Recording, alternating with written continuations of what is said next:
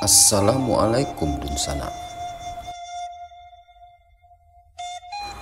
Langkahi dulu mayat saya, baru kota Padang dapat kalian duduki. Tantang sang wali kota dengan lantang.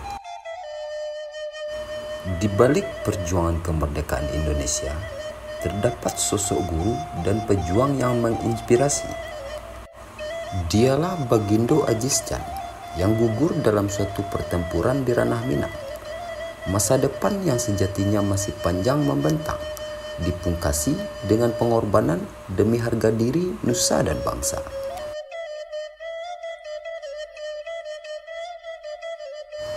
Bagindo Aziz Can adalah seorang putra Minang, lahir di Padang pada tanggal 30 September 1910.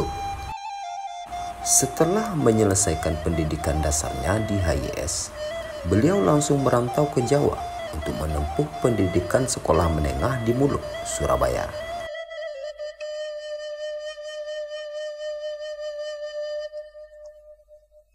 Setelah lulus, Bagindo Aziz Can meninggalkan Surabaya untuk menempuh pendidikan sekolah menengah atas di AMS Batavia.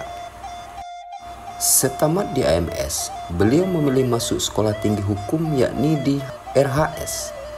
Dari sinilah Bagindo Aziz Can sempat membuka praktik sebagai advokat.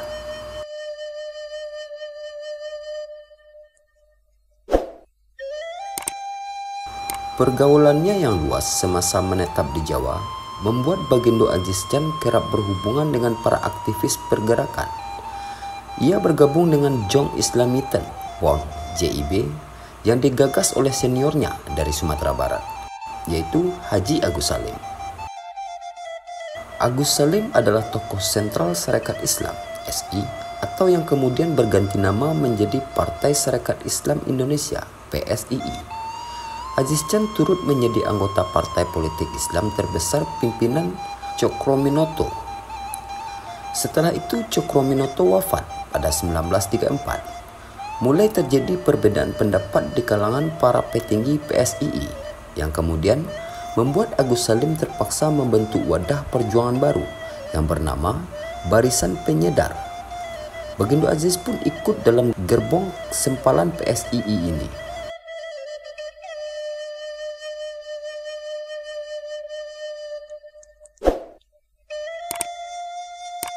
Tahun 1935, Bagindo Aziz Can pulang ke kampung halaman. Ia mengabdi sebagai guru di Padang, serta beberapa kali dipindah tugaskan di berbagai wilayah lain di Sumatera Barat. Meskipun sudah punya pekerjaan tetap, gairah pergerakan Aziz Can tidak lantas padam. Ia aktif di Persatuan Muslim Indonesia atau PERMI, namun organisasi ini dibubarkan paksa oleh pemerintahan kolonial Hindia Belanda pada 1937.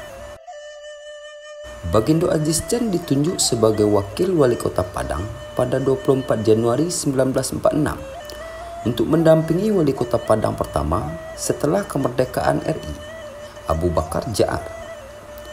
Beberapa bulan berselang, tepatnya 15 Agustus 1946, beliau naik posisi sebagai orang nomor 1 di pemerintahan kota Padang setelah Abu Bakar Ja'ar dialih tugaskan menjadi residen Sumatera Utara.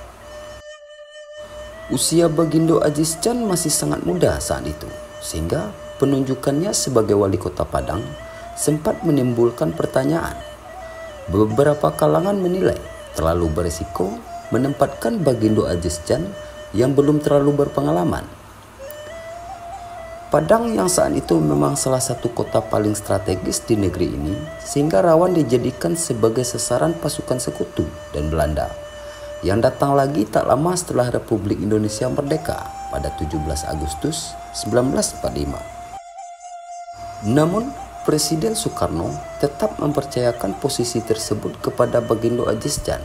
Ia percaya pria muda itu cukup piawai dalam memimpin kota Padang di tengah tekanan sekutu dan Belanda yang turut membonceng dengan topeng Nederland, Indies Civil Administration atau NICA. Bung Karno rupanya yakin didikan Agus Salim pasti bisa diandalkan. Di hari yang sama pelantikan dirinya sebagai wali kota Padang, Bagindo Aziz Can sudah harus menghadapi perundingan dengan pihak sekutu yang diwakili oleh Inggris. Disepakati dalam pertemuan tersebut bahwa pasukan sekutu akan bekerja sama dengan pemerintah Kota Padang untuk menjaga keamanan. Namun ternyata sekutu, terutama Belanda atau Nica, seringkali melanggar kesepakatan. Kerap terdengar letusan senapan dan taman mortir, bahkan ledakan granat di beberapa titik Kota Padang. Tak hanya itu, orang-orang yang dicurigai sebagai ekstremis pun ditangkap oleh tentara Belanda. Situasi semakin memanas ketika Inggris berencana menarik pasukannya dari seluruh wilayah Indonesia selambat-lambatnya tanggal 30 November 1946. Tugas selanjutnya diserahkan kepada Belanda atau Nica untuk melucuti serdadu Jepang serta mengambil alih kekuasaan yang ditinggalkan sekutu atau Inggris.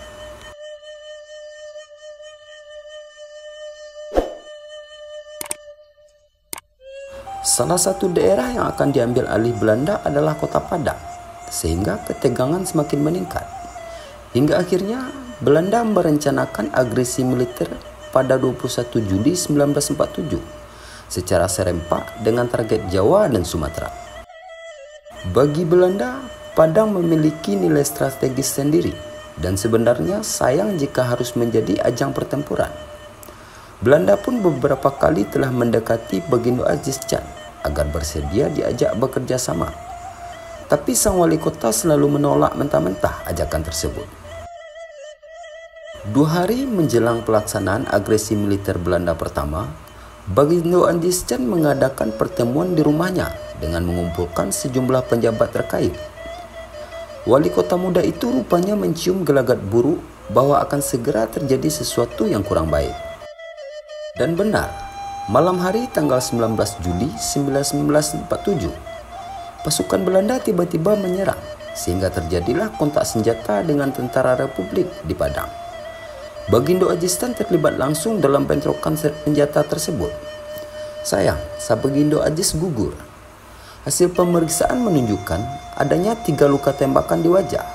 Ada pula bekas pukulan benda berat yang meremukkan tulang kepala bagian belakangnya. Di usia yang baru menginjak 36 tahun, pemimpin muda pemberani itu menghembuskan nafas terakhir sebagai kusuma bangsa. Bagindo Aziz Can disemayamkan di Taman Makam Pahlawan Bahagia, Bukit Tinggi. Sumbangsihnya untuk negara pun diabadikan sebagai nama jalan di Bukit Tinggi dan Padang. Dibangun pula monumen untuk mengenang jasa-jasa sang wali kota.